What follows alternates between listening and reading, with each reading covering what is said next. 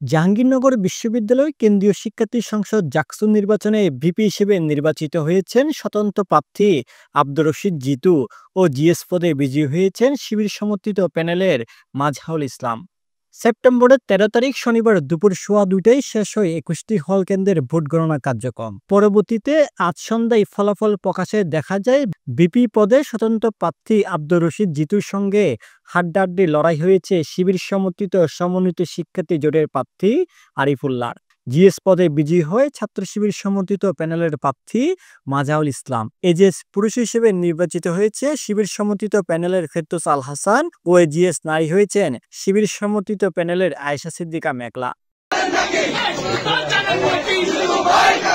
প্রায় ৩৩ বছর পর সেপ্টেম্বরের ১১ তারিখ বৃহস্পতিবার সকাল ৯টা থেকে বিকেল ৫টা পর্যন্ত জাহাঙ্গীরনগর বিশ্ববিদ্যালয়ের ২১টি হলে অনুষ্ঠিত হয় জাকসু নির্বাচনের ভোট গ্রহণ। ভোটের দিন বিকেল ৩:৩০টায় ছাত্রদল নির্বাচন বর্জন করে। পরে সন্ধ্যা ৭টায় বাম সমর্থিত আরও ৪টি প্যানেল ভোট বর্জনের ঘোষণা দেয়।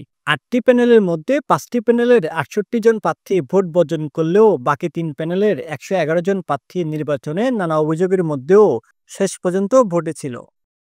ছাত্র সংগঠনগুলোর পাল্টাপাল্টি অভিযোগের প্রেক্ষাপটে বৃহস্পতিবার সন্ধ্যা ৭টার দিকে বিভিন্ন হল থেকে ব্যালট বক্স সিনেট ভবনে নেওয়া হয়। সব প্রস্তুতি শেষে রাত ১০টার পর শুরু হয় ভোট গণনা। দীর্ঘ প্রায় ৪০ ঘন্টা ধরে ভোট গণনা চলে। জাকসু নির্বাচনে এবার মোট ভোটার ছিল ১১,৭৪৩ জন। এর মধ্যে ছাত্র ভোটার ৬,০১৫ জন এবং ছাত্রী ভোটার ৫,৭২৮ জন। ভোট পড়েছে ৮,০০৩টি। এটি মোট ভোটের প্রায় ৬৮%। জাকসুর ২৫টি পদে প্রতিদ্বন্দ্বিতা করছেন ১৭৭ জন প্রার্থী। এদের মধ্যে ভিপি পদে ৯ জন, জিএস পদে ৮ জন, যুগ্ম সাধারণ সম্পাদক নারী পদে ৬ জন এবং যুগ্ম সাধারণ সম্পাদক পুরুষ পদে ১০ জন লড়েছেন। এছাড়া হল সংসদে লড়েছে ৪৪৫ জন প্রার্থী। ডেস্ক নিউজ, একান্ত টিভি, চট্টগ্রাম।